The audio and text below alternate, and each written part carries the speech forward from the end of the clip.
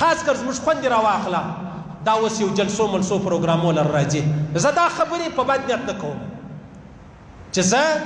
نعوذ بالله خدا نه خواسته پر دې زنانو عیبونه وایم یا تهمتونه وایم که مې وویل د الله رسول فرمایي د سلو کالو نیکۍ به زما ولاړې سي زما که زه دا خبره وکړم خو زما و خوندو ته زه دا مشوره ورکوم منم چې انقلاب بغیر د زنانو نه راځي منم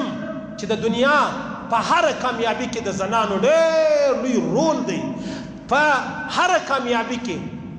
په هر پیشقدمي کې د زنانو یو ډېر لوی مطلب هغه برخه چې د اغسته خو لیکن اوس زموږ زنانې برمله ښکاره تقریبا ډېرې بغیر د پردې د نارینهو پر مخ ولاړې او خبرې کوي داسې به نه کوو داسې به نه کوو